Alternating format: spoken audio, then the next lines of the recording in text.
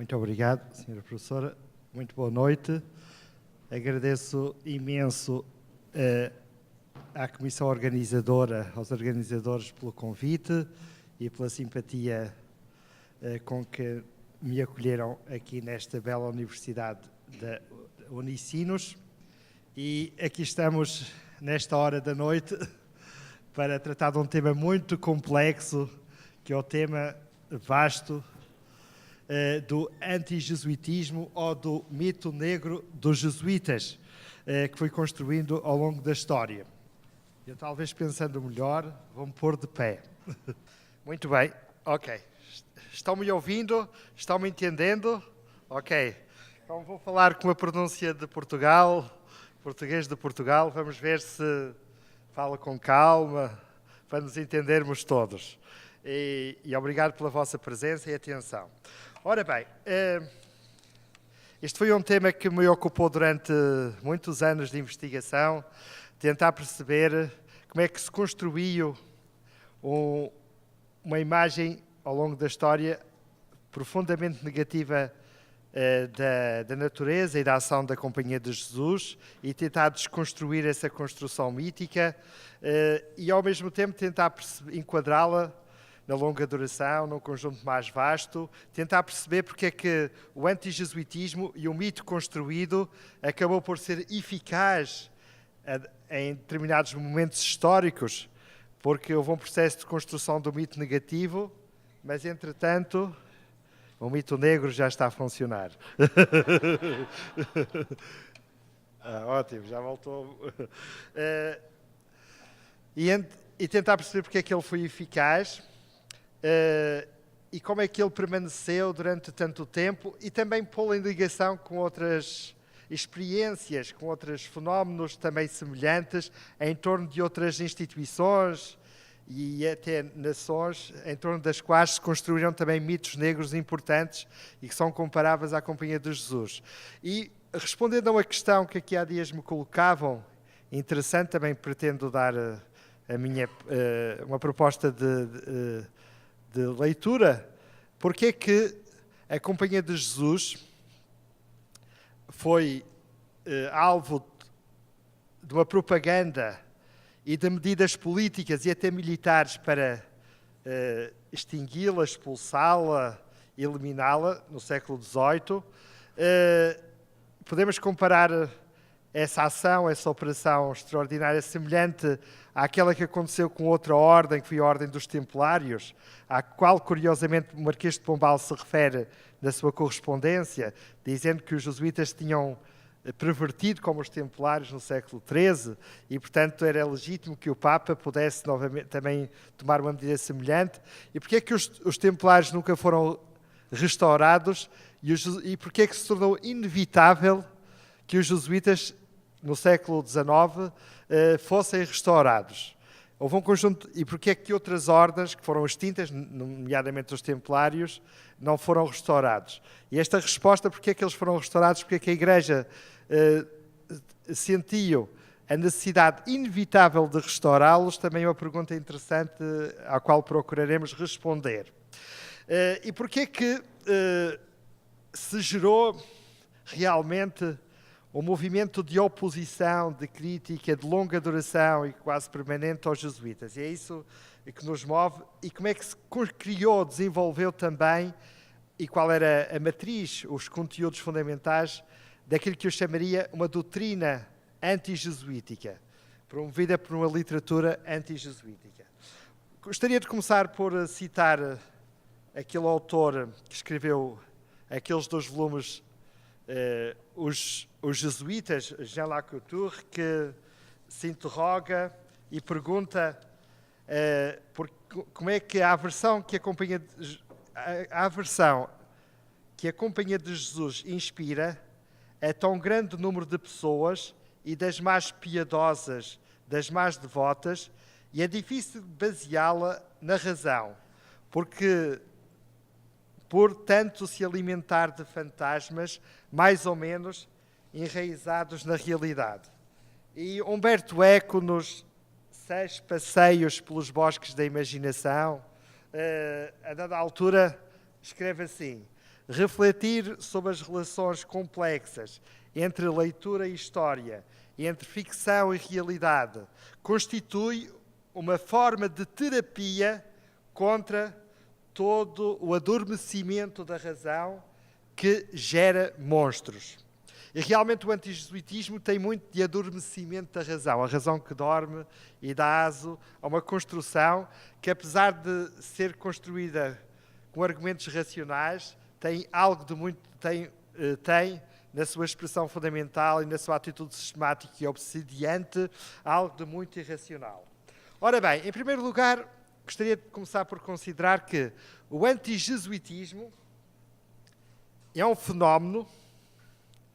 que faz parte da história da Companhia de Jesus, como também o outro movimento que se gerou paralelo, que é o movimento do filojesuitismo, que gerou também o mito luminoso da Companhia de Jesus. E, portanto, a Companhia de Jesus é uma instituição que se torna complexa, problemática e fascinante. É das instituições que gera mais fascínio e que move muitos estudiosos, historiadores e não só, a estudá-la ainda hoje. Em muitas universidades se vê muito pesquisador a estudar os jesuítas, em várias perspectivas, mas o fascínio que a Companhia de Jesus gera é um fascínio que foi marcado precisamente por essas duas dinâmicas, ou de simpatia e louvor extremo perante a Companhia de Jesus e as suas realizações, quer do ataque constante e permanente e obsediante em relação à Companhia de Jesus, à sua presença, à sua ação. E é por isso que quando nós estudamos os jesuítas, numa perspectiva académica, distanciada, crítica, devemos, à partida, realizar um duplo exorcismo, em termos imagéticos. Por um lado, exorcizarmos em nós o demónio que nos leva a criticar, a atacar, a depreciar, a olhar à luz com os olhos daqueles que disseram, e a documentação é imensa, que disseram só mal dos jesuítas. E as nossas bibliotecas estão prejadas desse demónio que nos invade. Mas depois temos que fazer também o outro exorcismo, que também outro demónio que nos pode tomar, que é o demónio de ficarmos encantados e só olhar o lado positivo dos jesuítas. E, portanto, temos que fazer esse duplo exorcismo para podermos fazer um estudo distanciado e equilibrado daquilo que foi o papel e a ação e a presença dos jesuítas. O antijesuitismo é um fenómeno que podemos considerar uterino em relação à Companhia de Jesus, portanto, genesíaco, nasce com a mesma companhia, e é um fenómeno permanente, transterritorial, transfronteiriço, porque acompanha a Companhia de Jesus em todos os territórios e em todas as culturas e em todos os povos onde os jesuítas estiveram. E também, ao mesmo tempo, é interclassista, por todas as classes sociais. Em todas as classes sociais encontramos antijesuítas que atacaram, que foram protagonistas do antijesuitismo. E é por isso que encontramos antijesuítas, quer em Portugal, na Europa, como no Brasil, como na China e no Japão, e há uma documentação produzida em todos estes espaços onde os jesuítas estiveram para atacar a Companhia de Jesus e onde encontramos um fio condutor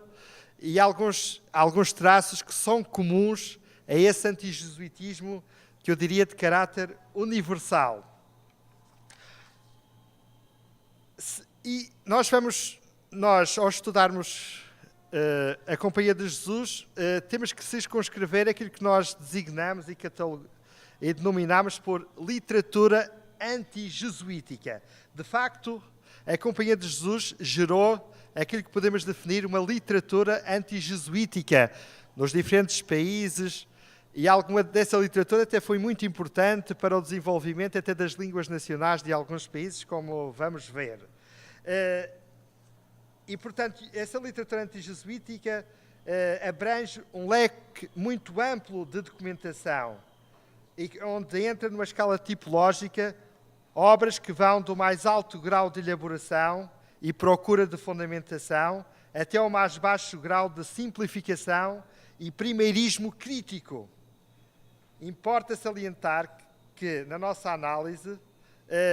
entram documentação que vão desde tratados históricos, romances, pareceres, governamentais, relatórios, narrações de viagens,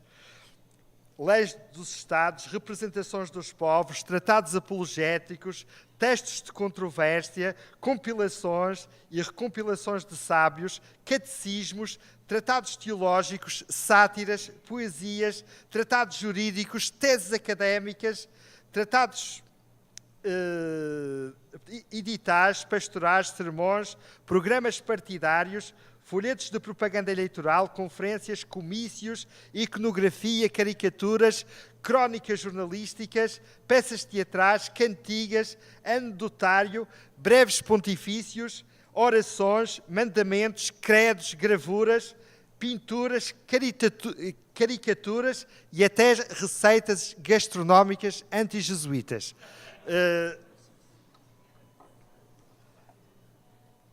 E tudo isto, esta tipologia documental tão variada entra nesta definição da chamada literatura anti-jesuítica, que é marcada psicologicamente pela fobia e socialmente pelo combate em todas as frentes contra um inimigo que se imagina estar em todo o lado e em qualquer lado. Usaremos aqui o conceito de literatura anti-jesuítica com um sentido mais alargado, isto é, em sentido lato. No conceito de literatura anti-jesuítica englobaremos toda a produção escrita, iconográfica e outras consignada a este desiderato fundamental que é atacar a Companhia de Jesus e que produziu, como dizia o jesuíta Arbrid nos anos 30 do século XX, mananciais e mananciais de documentação anti-jesuítica, que é comparável. Poucas instituições na história foram alvo de um ataque constante e de produção de tanta documentação como a Companhia de Jesus, só comparável ao que aconteceu com o ataque e a propaganda contra o povo judaico, contra os judeus. E aí encontramos muito paralelismo, quer em termos de quantidade de produção quer também em termos de tipo de documentação usado, de estratégias e também em termos de figuração estereotipada daquilo que era o povo judaico e das suas virtualidades pervertidas e demoníacas em alguns casos. Há muitas vezes, especialmente no século XVIII, há uma espécie de transposição de muita argumentação que era usada para atacar o povo judeu para a Companhia de Jesus, curiosamente. Ora, muito bem. Então, como eu dizia, o fenómeno anti-jesuítico é um fenómeno uterino, porque nasce com a própria Companhia de Jesus e nasce ainda mais anteriormente com a crítica à perseguição ao próprio fundador da Companhia de Jesus e ao processo de fundação da Ordem dos Jesuítas. Antes do anti-jesuitismo, temos que considerar a experiência do anti-iniguismo contra Inácio de Loyola. Como sabemos, muito rapidamente, ele quando fez aquele percurso de conversão até Paris e que levou depois à reunião do grupo que ia fundar a Companhia de Jesus, ele foi alvo de proibições, foi arguido da Inquisição, devido à postura dele, devido à sua intervenção pastoral, foi associado também ao alombrismo espanhol, portanto, a um comportamento e a uma intervenção na perspectiva de do apelo ao radicalismo de uma vivência mais cristã e mais na linha da devoção moderna, chegou a ser assemelhado ao movimento dos alombrados espanhóis que foi considerado herético. E, portanto, e no próprio processo da fundação da Companhia de Jesus, que foi complexo, as negociações em Roma, felizmente devido aos bons apoios que Inácio de Loyola teve, foi possível que em 1540 Santo Inácio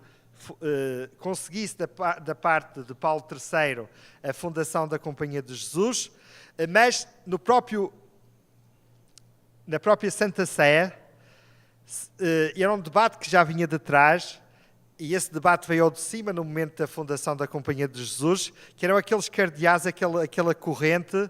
que se opunha à fundação de novas ordens religiosas. Havia uma tradição que já vinha da Idade Média, aliás, e que foi bem expressa no Concílio de Latrão, de 1215, no Quarto Concílio de Latrão, onde houve limitação de fundação de novas ordens com novas regras, selecionando só a regra de Santo Agostinho e de São Bento para criar novos institutos religiosos. Havia aquela tradição que no século XVI estava bem viva entre alguns cardeais, que pensava-se que uma das razões da decadência da Igreja ou da crise da Igreja devia-se ao facto de existirem muitas ordens religiosas. E havia um movimento interno da Igreja que queria limitar o número de ordens religiosas e se opunha fortemente à fundação de novas ordens. E esse debate veio ao de cima no momento em que Inácio de Loyola quis criar a Companhia de Jesus, mas, como se sabe, levou a melhor, e essa corrente que sempre existiu, mesmo até hoje, na Igreja, que é essa tensão entre a perspectiva mais regular e da vantagem de haver uma dimensão importante de ordens regulares na Igreja e uma perspectiva mais secular, essa disputa chegou até hoje. Mas, como se sabe, a partir do século XVI, apesar dessa resistência,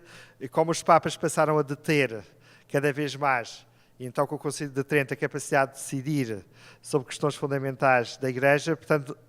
a partir do momento da fundação da Companhia de Jesus, fundaram-se ordens e congregações com muita fartura, como se sabe, até aos nossos dias, e o chamado movimento regular na Igreja acabou por levar sempre a melhor.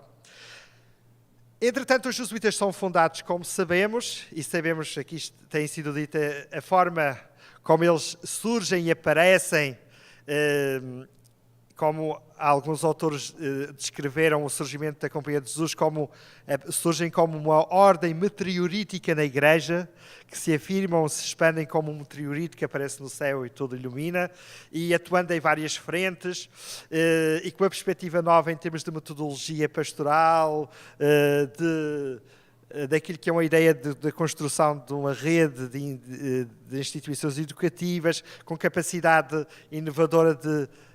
angariar apoios e recursos para criar e sustentar ao mesmo tempo um conjunto de instituições, ao mesmo tempo em poucas décadas constroem uma rede global de ensino, uma rede global de missões, atuando ao mesmo tempo e de uma forma concertada em vários continentes,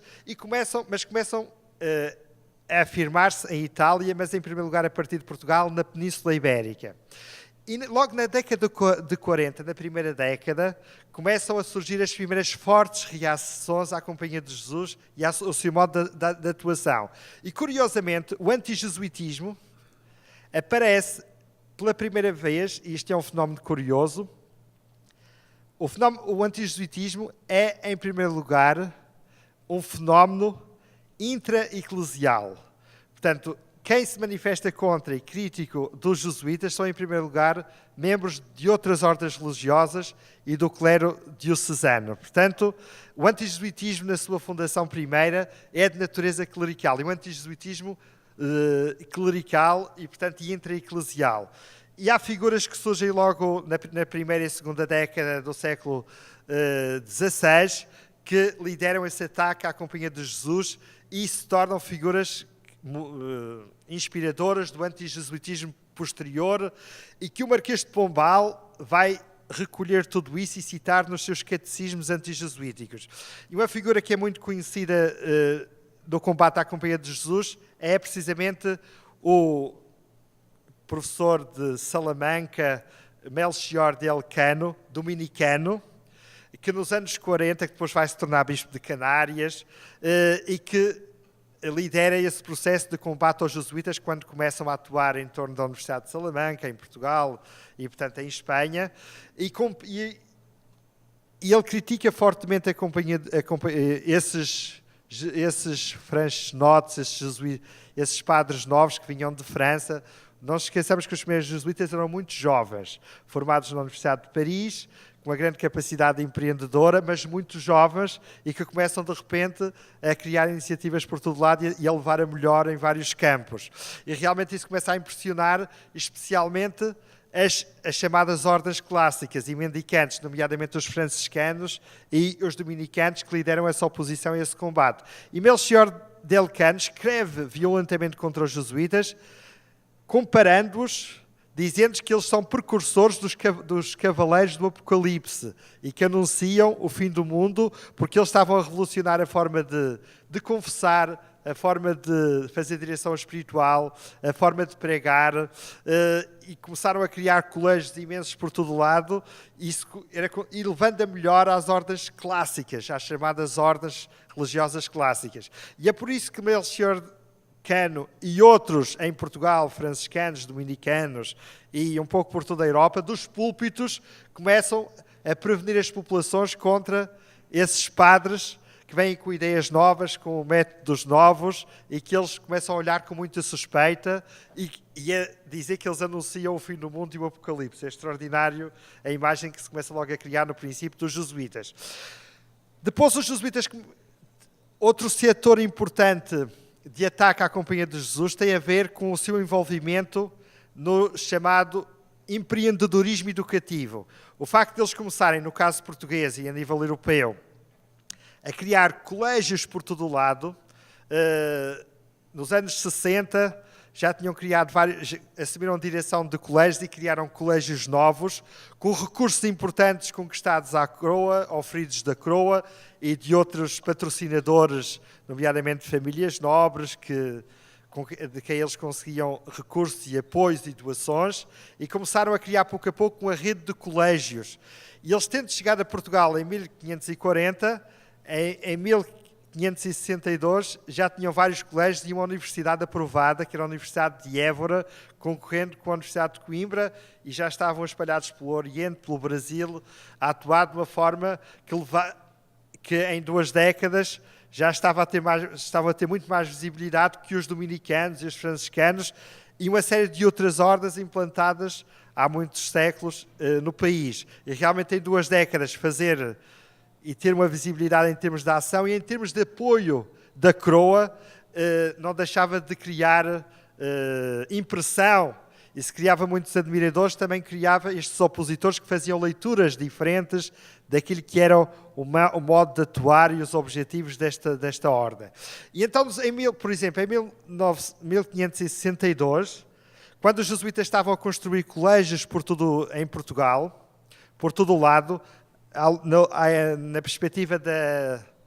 do seu ideário de educação generalizada e aberta, há uma representação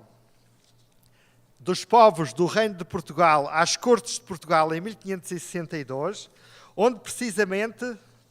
se pede,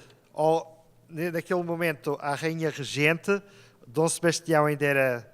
menor, não estava à frente do Reino de Portugal, pede-se, portanto, à monarca que intervenha rapidamente para suster a multiplicação de colégios e o excesso de investimento de recursos na educação e na criação do grande número de letrados, com muitos estudantes a entrarem para esses colégios, porque se considerava que esse investimento excessivo na educação era muito perigoso e ia contribuir para empobrecer o país. E que era preciso que os recursos tinham que ser desviados, ser investidos no comércio, na agricultura, no exército, e na educação deixar apenas os recursos necessários para formar os quadros suficientes para o Estado, para a Igreja e para os quadros militares mais importantes. Portanto, há aqui uma tensão logo que começa no século XVI entre uma perspectiva muito mais moderna de alargamento do acesso à educação e uma perspectiva medieval de restringir as instituições educativas para a formação apenas dos quadros necessários para as funções do Estado, da Igreja e dos quadros militares de liderança. E há um conjunto, entretanto, de pareceres e de relatórios de vários cônegos de várias sedes do país que eu levantei, onde há uma crítica forte pedindo aos bispos que tratem o avanço dos jesuítas na criação de colégios, dado que eles viam isso como uma forma de desviar recursos para aquilo que eles consideravam que era mais importante, tudo menos menos abrir colégios e garantir a educação. E os jesuítas, como sabemos, quando foi no século XVIII, já tinham colégios importantes e de grande dimensão em todas as grandes cidades portuguesas, desde o norte ao sul, e no Brasil, como sabemos, houve essa criação de rede extraordinária de colégios, mas isso foi acompanhado por um processo constante de crítica e de oposição, considerando que o excesso de escolas, de colégios, podia, na documentação que se lê, contribuir para a decadência e para o atraso do país. É um argumento ao contrário daquilo que se usava no século XIX em relação à importância da educação, o que é muito curioso. E tem a ver com este debate em termos do que é o papel e a importância da educação na modernidade, onde os jesuítas estão envolvidos, e eles depois vão ter que escrever, em 1611, eles sentiram a necessidade de escrever uma relação sobre uma defesa que é apresentada ao rei de Espanha, que é muito interessante, que foi escrita em Lisboa, na Universidade de Évora, onde perante o rei de Espanha se defende a necessidade e a importância dos estudos da Companhia de Jesus e dos seus colégios e da educação em geral, para tentar. É um relatório imenso que eu publiquei, está na internet, numa obra que nós publicamos que se chama Empreendedorismo Educativo Jesuítico, foi escrita em espanhol, mas está traduzido também em português, podem ver, onde eles apresentam um argumentário imenso defendendo a importância da educação para o desenvolvimento do homem, da sociedade e da Igreja, numa perspectiva bem moderna, para refutar os críticos da expansão educativa da Companhia de Jesus. É também nesta fase que surgem também, a nível internacional, figuras importantes do antijesuitismo internacional que vão combater a Companhia de Jesus devido precisamente ao seu grande investimento e extensão em termos das suas instituições educativas. Uma figura célebre desse combate está ligado à Universidade de Paris e chama-se Etienne Pasquier. Etienne Pasquier, que escreveu, em 1602, uma obra que é uma obra de referência do antijesuitismo internacional e modeladora, precisamente da ideia daquilo que é a visão estereotipada negativa dos jesuítas. Etienne Pasquier era advogado da Universidade de Paris, e precisamente no contexto de uma disputa em que os jesuítas queriam ver o ensino nos seus colégios em França reconhecidos pela universidade, um ensino que era dado gratuitamente, e a universidade começou a fazer oposição a essa expansão do ensino dos jesuítas, sentia isso como uma concorrência e tentou limitar. E então houve uma disputa em tribunal e Etienne Pasquier, esse advogado, entrou nessa disputa como advogado da universidade. E então decidiu escrever um catecismo, o chamado Catecismo dos Jesuítas, Catecismo das Jesuítas, onde ele estabelece uma matriz onde é definida e sistematizada em grande medida a argumentação mestra do antijesuitismo passado e futuro. Inventa o chamado jesuíta de casaca, ou jesuíta secreto, ou disfarçado, que espalhou fama em França. Punha em causa a natureza da ordem dos jesuítas, qualificando-a como sendo uma ordem hermafrodita, por se distanciar dos institutos regulares clássicos, sem ser, todavia, uma instituição secular. Ele aqui chama a atenção para um aspecto que foi muito criticado pelas outras ordens religiosas. Quando os jesuítas se fundaram, surgiram muitas críticas da parte dos franciscanos e dos dominicanos, nomeada, e dos agostinhos também, duvidando, ou pondo em causa, a natureza da ordem dos jesuítas como ordem no verdadeiro sentido. Porque os jesuítas, quando foram fundados, como sabemos, fizeram alguma inovação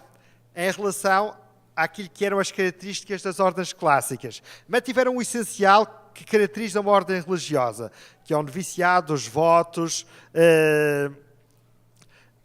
as várias fases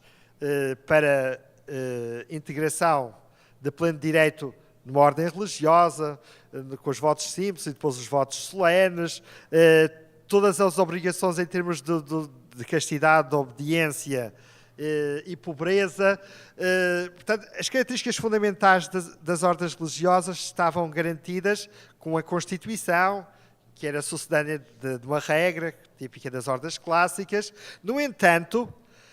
em função de uma maior eficácia para a ação, os jesuítas foram dispensados de obrigações que as ordens clássicas tinham e que os franciscanos e dominicanos e beneditinos consideravam que eram estruturantes, e os jesuítas assim não o consideravam, que era a obrigação do coro, a obrigação de evangelizar, quando se saía para evangelizar, ir em comunidade, ou pelo menos 2 a 2, e não ir individualmente nunca, e outras dispensas de regularidade em termos de hábitos da organização da oração ao longo das horas do dia, etc. Estas dispensas, também em termos de rituais de penitência, substituídos por penitências alternativas, houve uma série de exceções que os jesuítas conseguiram precisamente em nome de uma maior eficácia ao serviço da evangelização. E estas inovações levantaram dúvidas às outras ordens, acusando os jesuítas o facto também de não terem um hábito específico, como as ordens clássicas tinham, tudo isso. Isso levantou questões que levou as ordens clássicas a pôr em dúvida se eles eram uma ordem verdadeira. E então Etienne Pasquier levanta precisamente a questão, dizendo que eles nem são padres diocesanos, nem são monges, nem são frades, são hermafroditas, não são uma coisa nem outra, e isso era usado para levantar a suspeita sobre a dignidade verdadeira da Companhia de Jesus. E é por isso que os jesuítas, depois, nos anos 70 e 80, conseguiram do Papa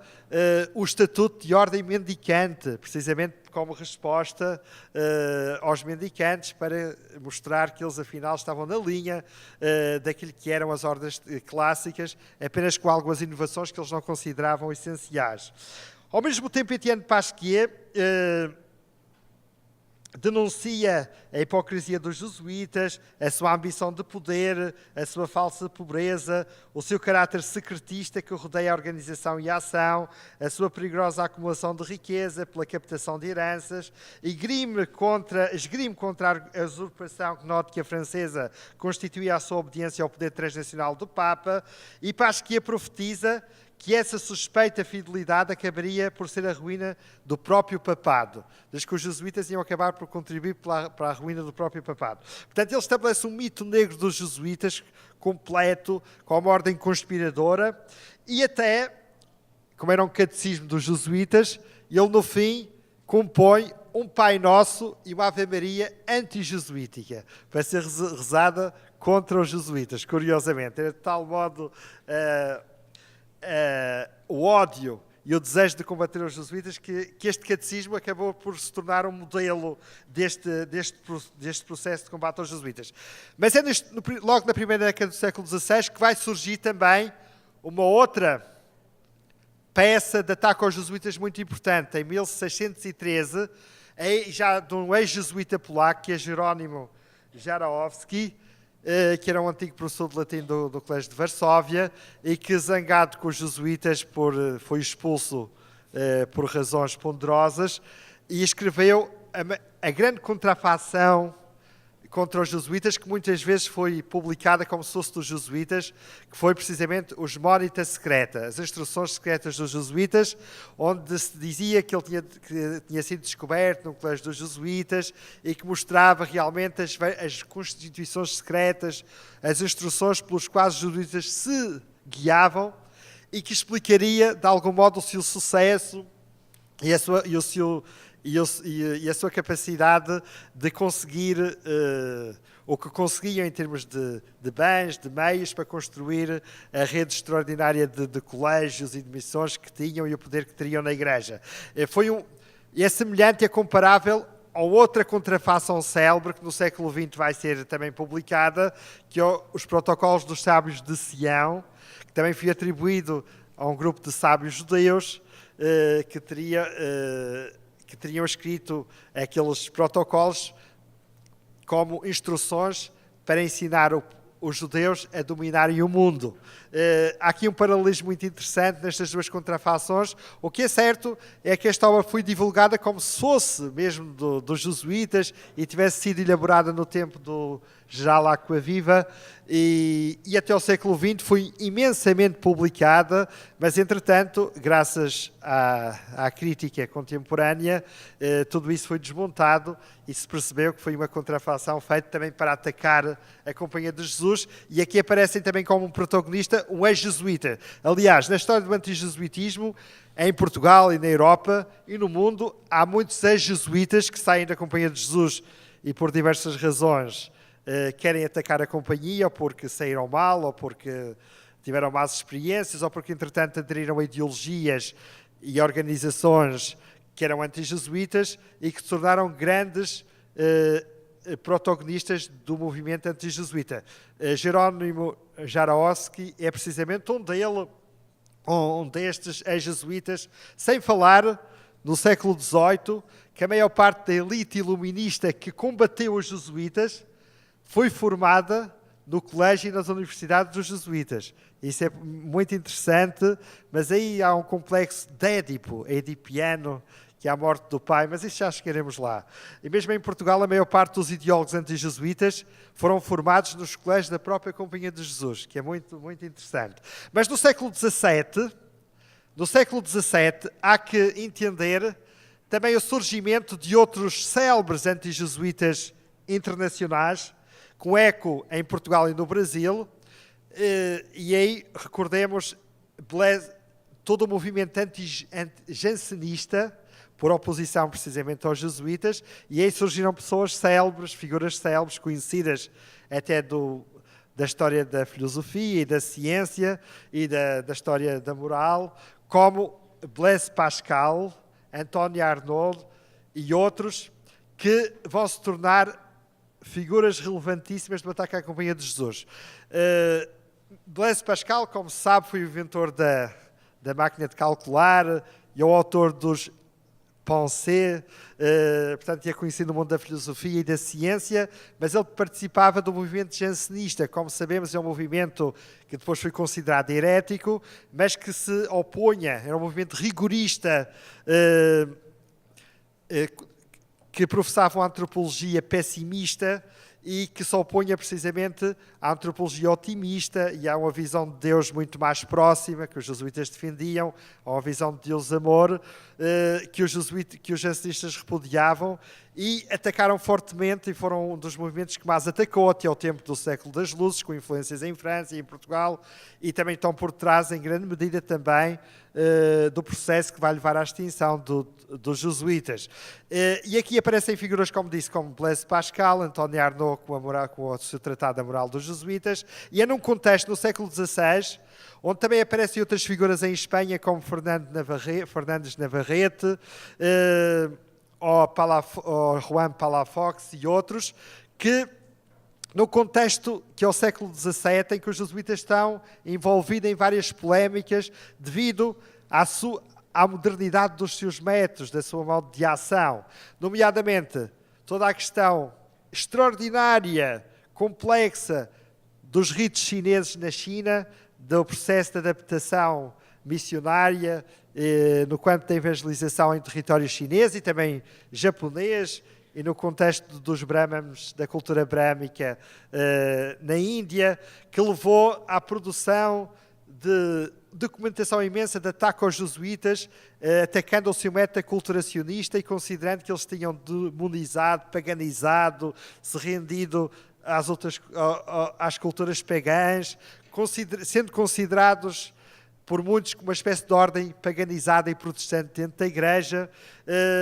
e de facto eles não foram compreendidos no seu tempo, porque os métodos deles eram demasiado avançados e a mentalidade do tempo não estava preparada. Curiosamente, em relação à metodologia inculturacionista, só em 1939 é que o Papa vai reconhecer esta metodologia dos jesuítas como sendo a mais adequada e aquela que a Igreja devia praticar, mas só reconhece 300 anos depois, e os jesuítas acabam por ser altamente perseguidos, criticados, e e vai ser uma das razões que vai ser alegada depois na bula da distinção pelo Papa Clemente XIV, entre muitas outras que ele vai recordar. Também é na mesma época que os jesuítas estão envolvidos em Portugal, por exemplo, António Vieira e outros, na crítica à Inquisição. Aqui no Brasil, toda a questão colonial, as disputas com os colonos, que vai gerar uma série de documentação, e algumas expulsões parciais de jesuítas, São Luís do Maranhão, etc. Tudo isso está a gerar em muitas... Os jesuítas estão a ser acossados e atacados em muitas frentes, e estão a surgir figuras relevantíssimas na Igreja e na sociedade que os atacam fortemente. Por exemplo, Etienne Pasquier, Blaise Pascal, que se tornaram figuras de referência. Quando escreveu, Blaise Pascal escreveu as lettres en provincial, as cartas provinciais, que muitos consideram que essa escrita contra os jesuítas, que foram editadas em várias séries, e o próprio Catecismo dos Jesuítas, o Catecismo dos Jesuítas, do Etienne Pasquier, são consideradas hoje obras que contribuíram muito para aperfeiçoar a língua francesa. São obras de referência e fundadoras e pioneiras da língua francesa moderna. Como também acontecerá noutros países, produções nacionais contra os jesuítas que depois tornam-se obras muito divulgadas de referência até no campo da literatura. Não esquecemos também a frente importante do protestantismo. Os jesuítas estão muito empenhados no século XVI, no contexto da chamada Reforma Católica ou Contra-Reforma, também no combate ao protestantismo, à heresia protestante, e o que vai também gerar da parte dos protestantes ataques sérios à Companhia de Jesus, que chegam até o século XIX e XX, em romances suecos, ingleses, e escritos desses países, onde se também traçam a visão altamente negativa dos jesuítas, como por exemplo no romance sueco, que ainda saiu há poucos anos, onde há um personagem jesuíta que é descrito como aquele que apunhala pelas costas. Visões, porque os jesuítas levaram a melhor em muitos cantos, em muitos debates na refrega da luta contra o protestantismo, e isso gerou precisamente uma imagem negativa, uma propaganda negativa contra a Companhia de Jesus da parte de vários autores protestantes. É neste contexto muito complexo que chegamos ao século XVIII, e onde os jesuítas acabam por chegar ao século XVIII com 200 anos de história, com uma rede mundial de colégios, a primeira rede global de colégios, com uma rede extraordinária de missões, mantendo um número significativo, com sucessos, mais sucessos, menos sucessos, mas mantendo uma dimensão significativa e uma imbricação importante nos setores de influência social, tendo várias missões que correram muito bem, outras que correram muito mal, mercê também desse processo do combate à própria Companhia de Jesus. Nomeadamente, recordemos, no final do século XVII, a crise da missão da China, devido precisamente às lutas que levaram à incompreensão da metodologia missionária dos jesuítas, ou entretanto ao fim da missão do Japão em 1615, onde tinham criado uma missão muito importante, mas apesar de tudo, em muitos campos os jesuítas tinham criado uma rede global significativa, com avanços e recuos, mas impondo-se e firmando-se como ordem importante na Igreja, e uma das mais influentes, e agindo sempre de uma forma eficaz e tentando rebater de uma forma permanente, portanto, todos aqueles que atacavam e que tentavam abater as obras e a própria Companhia de Jesus, como se tentou várias vezes. Mas é curiosamente na segunda metade do século XVII que numa década, ou melhor, em 2 décadas, mas no caso de Portugal e do Brasil, numa década, de repente aquela ordem que em 200 anos tinha consolidado e afirmado, numa década os jesuítas, de repente, são perseguidos, extintos e expulsos do Reino de Portugal. Numa operação absolutamente inédita e que acabou por ser altamente eficaz contra tudo o que se podia prever. Até pensamos que a própria Companhia de Jesus subestimou um pouco o inimigo, que neste caso foi Pombal, e a estratégia que ele usou para conseguir levar a melhor, para conseguir eliminar a Companhia de Jesus. Mas o Marquês de Pombal é um ponto de chegada, realmente toda esta tradição imensa de ataque aos jesuítas, e como sabemos, isto já tem sido aqui dito e estudado, o próprio Marquês de Pombal, como sabemos, quando chega ao poder em 1750, era também, como alguns diziam, um pupilo dos jesuítas. Era alguém formado e ligado à Companhia de Jesus, tendo amigos importantes na Companhia de Jesus, e já foi publicada a correspondência entre o Marquês de Pombal e os jesuítas nessa fase de amizade com a Companhia de Jesus, onde havia uma relação de discipulado entre o Marquês de Pombal, isto é, Sebastião de Carvalho e Melo, e alguns jesuítas que ele admirava e confessava serem seus mestres. Ele sobe ao poder em 1750 e numa primeira fase, como sabemos, do seu governo, ele privilegiava e valorizava do ponto de vista político a Companhia de Jesus, como podemos comprovar nos 2 primeiros anos pela sua correspondência. Mas depois, como sabemos, há um conjunto de circunstâncias que acabaram por levar a um volte-face, conduzir a um volte-face daquilo que era a atitude do governo português, que depois acabou por ser cada vez mais liderado pelo Marquês de Pombal, o rei era Dom José I, mas houve um conjunto de circunstâncias que levou a uma mudança de atitude política, de simpatia e de apoio de patrocinar a Companhia de Jesus dessa mesma equipa governativa para uma perspectiva de combate e de perseguição obsessiva, levando à sua expulsão em 1759. Os factos são conhecidos, a questão do Tratado dos Limites e tudo o que aconteceu aqui no Brasil com a demarcação, as guerras guaraníticas, a criação das companhias monopolistas, nomeadamente a Companhia do Comércio do Grande Pará e Maranhão, que mereceu a oposição dos jesuítas, o terremoto de 1750, de 1 de novembro, que arrasou Lisboa e que levou Padre Malagrida a escrever um opúsculo muito forte contra o governo, portanto, o rei e a corte, dizendo que aquilo era um castigo divino contra a maneira de proceder e a política contra a Igreja da corte portuguesa, nomeadamente, portanto, o governo que era cada vez mais liderado pelo Marquês de Pombal. Depois a criação de outras companhias, como a Companhia do Vinho do Porto e outras companhias monopolistas. Entretanto, ao atentado ao rei Dom José em 1758, a expulsão promovida pelo Marquês de Pombal dos confessores jesuítas da corte, que os jesuítas eram até então os confessores da corte, e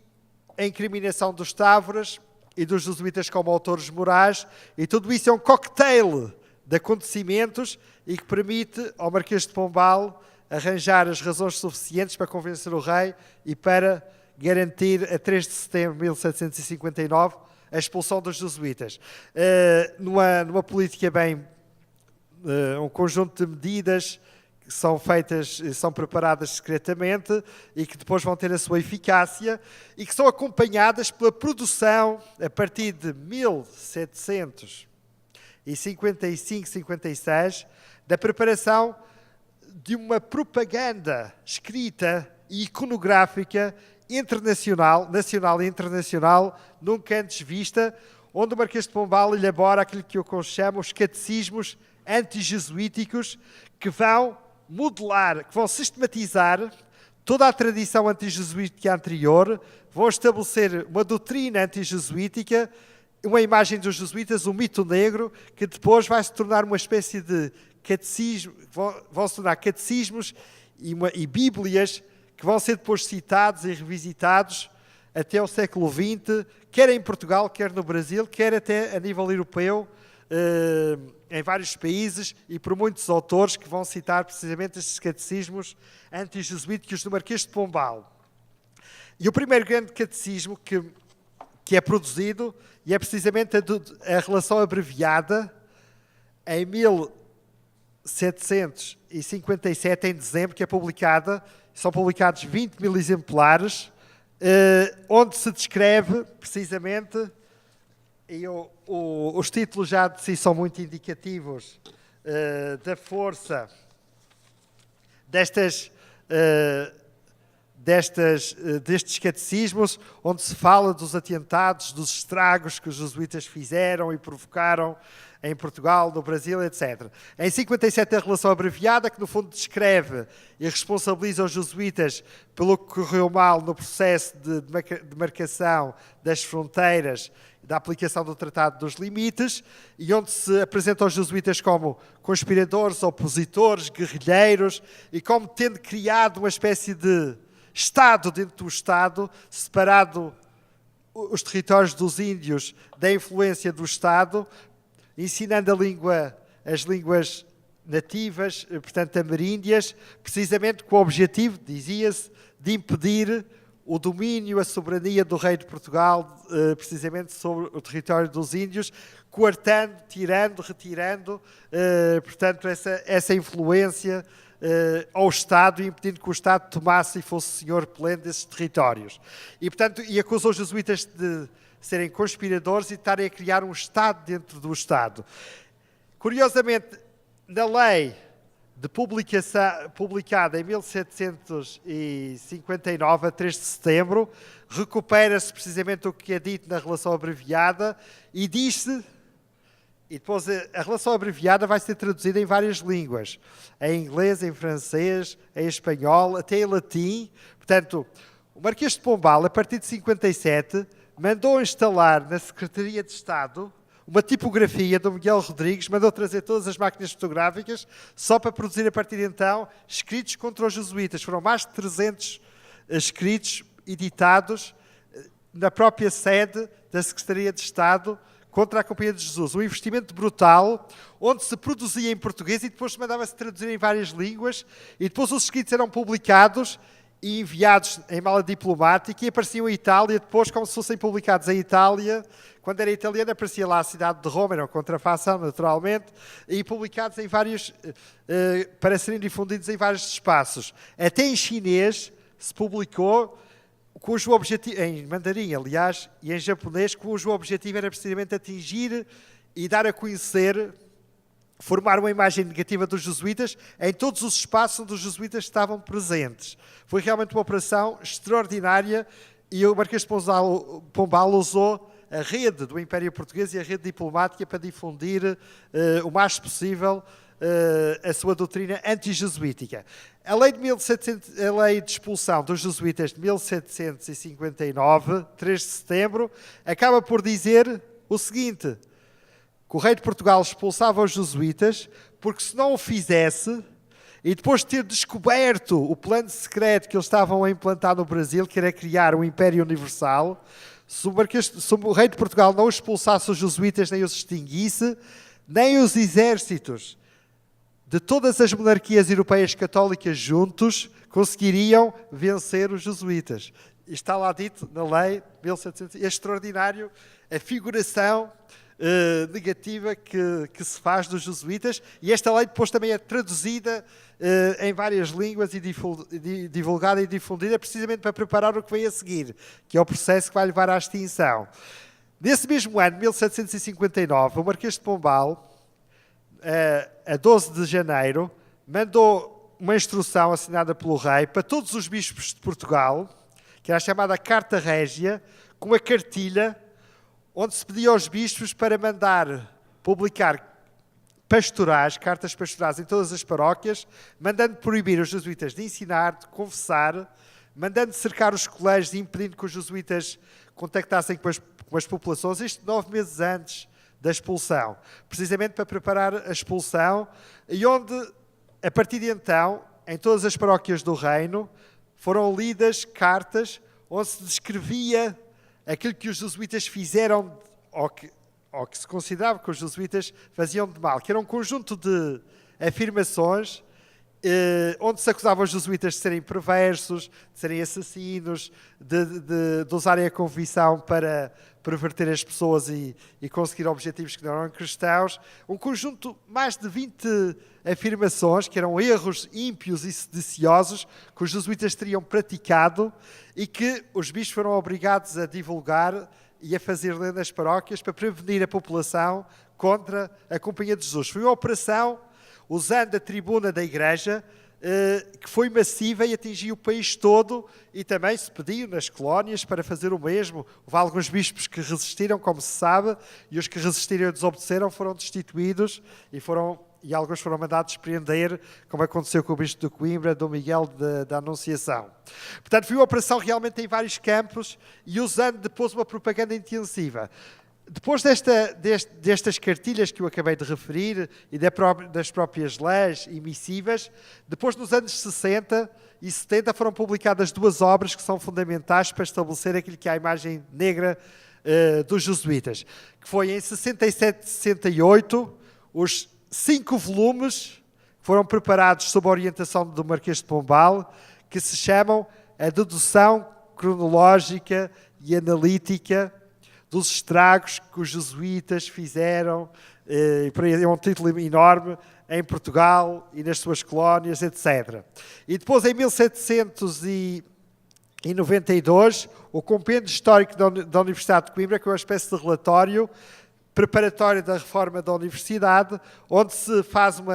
conta a história da educação em Portugal e se conta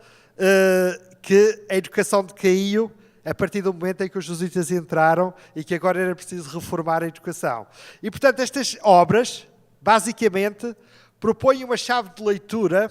que depois vai marcar a historiografia posterior, até há bem pouco tempo, que é uma historiografia partidária e que passa a olhar o passado à luz desta chave de leitura que é estatuída por estes catecismos antijesuíticos. E, basicamente, é uma perspectiva que afirma o poder de releitura da história que é fornecida pela doutrina jesuítica e pelo mito. E o mito jesuíta ergue-se à luz destes 3 princípios. O princípio da simplificação, da generalização e da hiperbolização. Isto é, simplifica-se a explicação de um fenómeno, de uma história, de um acontecimento, reduzindo-se a um só princípio, um princípio simples. Depois generaliza-se e hiperboliza-se, leva-se à potência máxima. E então vejamos, a dedução cronológica e analítica estabelece este quadro. A história de Portugal, até 1540, até o momento em que os jesuítas entraram em Portugal, era uma história próspera. Portugal era uma nação prestigiada no mundo. As ciências floresciam, a educação era muito eficaz. Os reis de Portugal eram muito prestigiados e reconhecidos internacionalmente. E a sociedade vivia-se em harmonia e as pessoas tinham o necessário para viver. A partir do momento em que os jesuítas entraram, conta a dedução cronológica e analítica, começou uma idade de ferro e de decadência. As letras afrouxaram, as ciências deixaram de ser praticadas, a educação passou a ser muito fraca e iniciou-se um período em que Portugal recuou e perdeu prestígio e importância a nível internacional. E tudo isso se deveu, como diz lá, este é 5 volumes para explicar isto, com muitas notas de rodapé e muitas citações de autores clássicos, e explica-se que tudo isso se deveu à ação perniciosa e ao plano secreto da Companhia de Jesus, que visava afirmar o seu império universal sobre a ruína de todos os poderes e todas as monarquias legítimas. E esta é a tese fundamental da dedução cronológica e analítica, que depois é replicada no Compêndio Histórico da Universidade de Coimbra,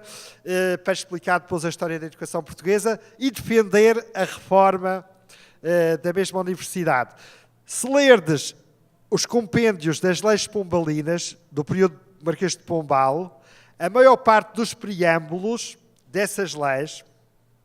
que defendem a reforma da Inquisição, a abolição entre cristãos novos e cristãos velhos, reformas das missões, reformas sociais, etc., a maior parte dos preâmbulos começam por dizer, justificam as reformas, dizendo que naquele campo em que se vai reformar, é necessário reformar porque os jesuítas ali estiveram, influenciaram e fizeram decair, e por isso é preciso agora criar novas leis para corrigir todo o processo de destruição efetuado pelos jesuítas. Se lermos a legislação pombalina, a maioria, a partir de 57, 58, 59, começa por justificar as leis à luz de uma explicação antijesuítica sistemática, como acontece em 1774, quando se publica o Regimento Pombalino da Inquisição, em que, no preâmbulo de várias páginas, explica-se a necessidade da reforma da Inquisição e a sua estatização. O Marquês de Pombal vai estatizar a Inquisição, vai pô-la sob o domínio do Estado, dizendo que a Inquisição foi aquele monstro desumano e que era preciso humanizar e reformar devido à ação dos jesuítas e às leis que eles fizeram aprovar para tornar a Inquisição um monstro. Portanto, tudo o que aconteceu até então negativo, ou que se dizia que era negativo na história de Portugal, é dado como sendo da responsabilidade dos jesuítas, e isto obedece àquele princípio que funda os mitos negros e os mitos da conspiração, como dos judeus, como dos jesuítas, como mais tarde o mito negro do comunismo, da maçonaria, etc., que Leon Poliakov, na sua obra A Causalidade Diabólica, explica como sendo, precisamente, a explicação à luz de um princípio negativo, perverso, único. Isto é, explica-se a realidade a partir de um princípio motor único que explica depois essa mesma realidade, neste caso a realidade negativa. E, portanto, imputa-se a uma mesma instituição e à ação de uma mesma instituição todo o mal que acontece na sociedade, no reino, etc. Assim aconteceu com o mito negro dos jesuítas para explicar o que aconteceu de mal na história de Portugal, como já tinha acontecido e voltou a acontecer na utilização do mito negro dos judeus para explicar também as desgraças que foram acontecendo e que motivou ao longo dos séculos muitas perseguições, como depois este mito negro conspiracionista vai ser usado, e esta estratégia explicativa vai ser usada depois no século XIX e XX, no contexto também do combate à maçonaria, ao comunismo, etc. E a chamada estratégia da chamada cultura do combate que gerou na cultura ocidental a chamada cultura negativa, que foi muito abundante, especialmente, como dizia, no século XVIII, XIX e XX. Naturalmente que este mito desenvolvido e esta propaganda tornou-se, em 2 décadas, muito eficaz, e os catecismos anti-jesuítas pombalinos e a sua lei contra os jesuítas acabou por ter uma eficácia extraordinária, porque Pombal, e gloriou-se disso mesmo, viu, na década de 60, os jesuítas expulsos de França, de Espanha, de Parma e Nápoles, e depois, em 1773, pelo breve Dominus ac Redemptor, expulsos e extintos pelo Papa. E se lermos a bula da extinção papal, está ali resumido os grandes argumentos que foram usados pelo movimento anti-jesuítico, precisamente para combater os jesuítas. E defende-se que a extinção dos jesuítas, basicamente, é feita em nome da paz e da concórdia na República Cristã, dado que os jesuítas tinham contribuído, dizia o Papa, para criar esse processo de divisão e de discórdia e ter mobilizado muita gente a atacar a Companhia de Jesus. Os jesuítas são extintos e, passado algumas décadas, em 1814, e estamos aqui a celebrar, o Papa Pio VII acaba por, no breve Solicitudo Omnium Ecclesiarum, restituir a Companhia de Jesus. E, curiosamente, ele diz que, depois da grande tempestade que a Igreja experimentou na viragem do século XVIII para o século XIX, ele não podia deixar de restituir os jesuítas, esses remadores valorosos da barca de Pedro, para tentar fazer com que a Igreja recuperasse o seu dinamismo e o seu vigor de outras eras, voltando a contar novamente com os jesuítas. No entanto, os jesuítas são restaurados, começam novamente a regressar, a instituir-se, depois são objeto de várias perseguições, mas o século XIX, até o século XX, primeira década, segunda década, terceira década em alguns casos, vai, em Portugal especialmente, e em França e em Espanha, nomeadamente, vai voltar no século XIX e da parte dos movimentos laicos anticlericais, moveram uma campanha constante e sistemática contra os jesuítas.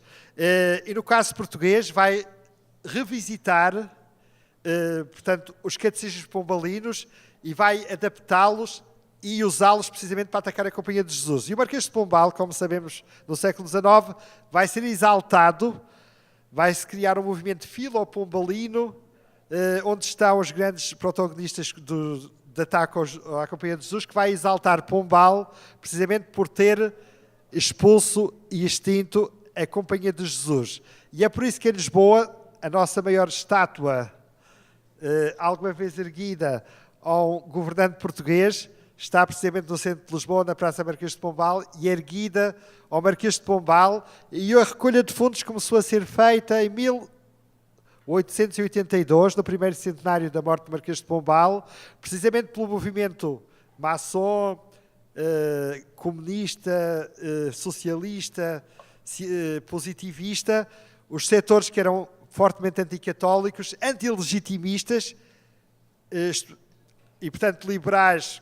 que não se reviam no modelo do antigo regime, mas defendiam uma sociedade nova, um modelo novo, mas que vão elevar o Marquês de Pombal ao estatuto de herói da modernidade. Ele que foi um ministro absoluto,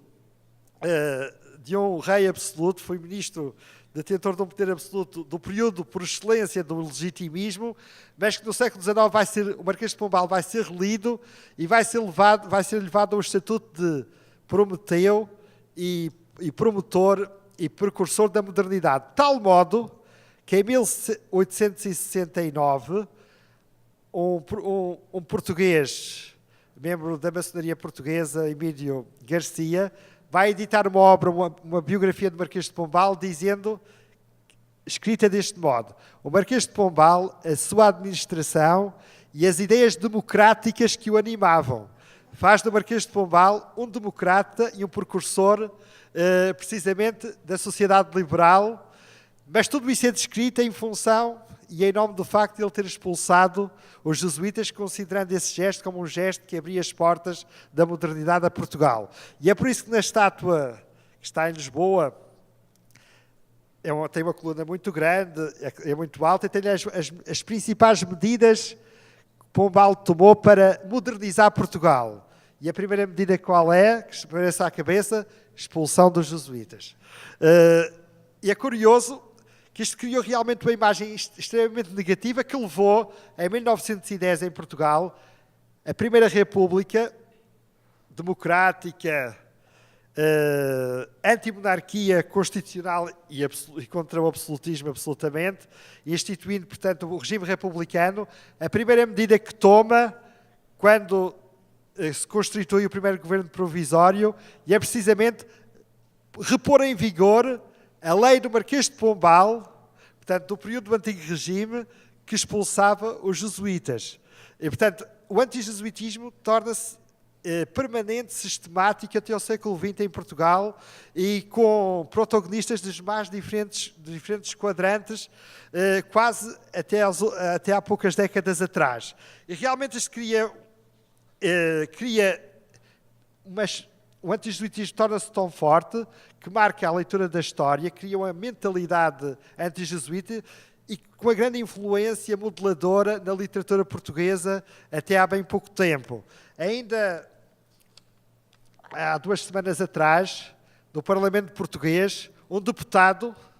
ergueu-se para criticar uma lei do governo acusando essa lei de lei jesuítica. Era uma lei que definia algumas regras para a cobrança de impostos. E ergueu-se na Assembleia da República e acusou o governo de jesuítico. Para ver como esta mentalidade, esta ideia negativa dos jesuítas ainda permanece no vocabulário e nas expressões até aos nossos dias. Em suma, mas ao lado, como dizia, e para terminar, e para depois abrir o debate, a história do antijesuitismo é uma história de longa duração, mas que foi também marcada, como dizia, por uma corrente paralela de apoio e de simpatia pela Companhia de Jesus. Também foi produtora de obras de literatura, não em tão grande dimensão como contra a Companhia, mas também em dimensão suficiente, que em determinadas alturas também foi vencedora, como no momento da Restauração. Quando o Papa Pio o Pio VII restaurou a Companhia de Jesus, nas décadas anteriores tinha sido produzida na Europa um conjunto de documentação, e em Portugal, muitas delas manuscrita, dizendo que uma documentação também profética, teleológica, dizendo que era necessário que a salvação da Igreja passava pela restauração dos jesuítas, especialmente a partir da leitura dos acontecimentos em torno do papado e de Napoleão e toda a crise que aconteceu na viragem do século XVIII para o século XIX, houve uma propaganda imensa pedindo ao Papa a restauração dos jesuítas, considerando que teria sido um erro histórico a expulsão dos jesuítas e que a Igreja estava a perder terreno e importância e estava a ser depois ridicularizada e espezinhada pelos poderes das potências europeias, nomeadamente por Napoleão, precisamente porque perdeu essa força de elite que eram precisamente os jesuítas, e reivindicava-se a sua restauração precisamente como solução para os problemas da Igreja. Essa documentação também é abundante. E agora, para terminar, e é importante perceber as estratégias de argumentação que esteve em causa. E realmente os jesuítas apareceram como uma ordem muito dinâmica e empreendedora, hoje diria-se, de acordo com a gestão contemporânea, muito comprometida com os objetivos em estabelecer métodos e conseguir resultados, marcado pelo ideal da eficácia, o que gerou um sistema de concorrência dentro e fora da Igreja, que naturalmente suscitou hostilidade, oposição, em relação àqueles que se sentiam ultrapassados e sentiam-se afetados pelo sucesso dos jesuítas. Mas é preciso depois compreender todo este processo de construção negativa e tentar desminar ideologicamente realmente toda uma documentação que é marcada por este processo de simplificação da leitura da ação dos jesuítas. À luz deste princípio, que eu gosto de afirmar que é de um hermeneuta português, de um filósofo português, que é José Augusto Mourão, que tem este lema: compreender já é princípio de cura. Compreender já é princípio de cura. E esse deve ser o nosso ideário como investigadores, como historiadores, que é compreender a história, não julgá-la, mas compreendê-la e dá-la a compreender na sua imensa complexidade. E agora, para terminar e para responder, porque é que os jesuítas foram restaurados em 1814 e porque é que foi inevitável, porque é que a Igreja sentiu a inevitabilidade da sua restauração, quando, em relação a outras ordens, como os templários na Idade Média, essa restauração não aconteceu, apesar de ser reivindicada por muitos. Precisamente porque, em grande medida, esta é uma proposta explicativa, entre muitas outras, é que os jesuítas apareceram na modernidade, na época moderna, a partir do século XVI e XVII, como uma ordem que na transição da Idade Média para a época moderna, uma ordem que se revelou adequada cada vez mais ao que o mundo veio a ser. O que é que isto quer dizer? Os jesuítas, quando apareceram com uma estrutura, com um modo de ação, que no seu tempo não foi em grande medida compreendido por muitos. Aliás, foi altamente criticado, os seus métodos e o seu modo de ação foi combatido e criticado. No entanto, com o passar dos séculos, o mundo que veio a ser cada vez mais, isto é, o mundo globalizado, que existe trabalho em rede, estar a operar em vários campos ao mesmo tempo e de uma forma concertada, foi o mundo que cada vez mais veio a ser. E é o mundo que temos hoje, o mundo global, o mundo das relações intercontinentais, o mundo do trabalho em rede, o mundo das estratégias e métodos transnacionais. E os jesuítas realmente criaram a educação em rede, criaram uma metodologia de trabalho concertado, precisamente nesse mundo em mutação e em dinâmica, e defenderam um conjunto de estratégias e de metodologias que, se no seu tempo não foram compreendidas, até foram proibidas, e por essas foram até expulsos e extintos. Curiosamente, a Igreja e a sociedade, no século XIX e XX, acabou por reconhecer essas estratégias do século XV e XVI como aquelas mais adequadas e mais próprias para atender os desafios que o mundo colocava à Igreja e à sociedade. Nomeadamente, destaco duas importantes: a metodologia de aculturação e de inculturação, que a Igreja vai reconhecer no século XX como sendo aquela mais adequada, e o ideário dos jesuítas da educação generalizada. Eles vão ser atacados fortemente no século XVI e XVII por estarem a criar colégios por todo lado, achando-se então que muita educação, muitas instituições de ensino eram um sinal não de progresso, mas de retrocesso. Ora, no século XIX e XX vai afirmar o ideário de educação total, onde o grande sinal de progresso de uma sociedade é ter uma educação de qualidade, generalizada, oferecida a todos, e qualquer programa de governo hoje em dia que não tenha a educação como grande ideário prioritário não é um governo moderno e progressivo. E, portanto, os jesuítas realmente defenderam ideários, estratégias que se adequaram àquilo que o mundo veio a ser cada vez mais. E a Igreja, em 1814, reconhecendo isso, acabou por ter que readmitir os jesuítas, precisamente como corporação, como instituição importante para a sua estratégia de continuidade e de afirmação na sociedade,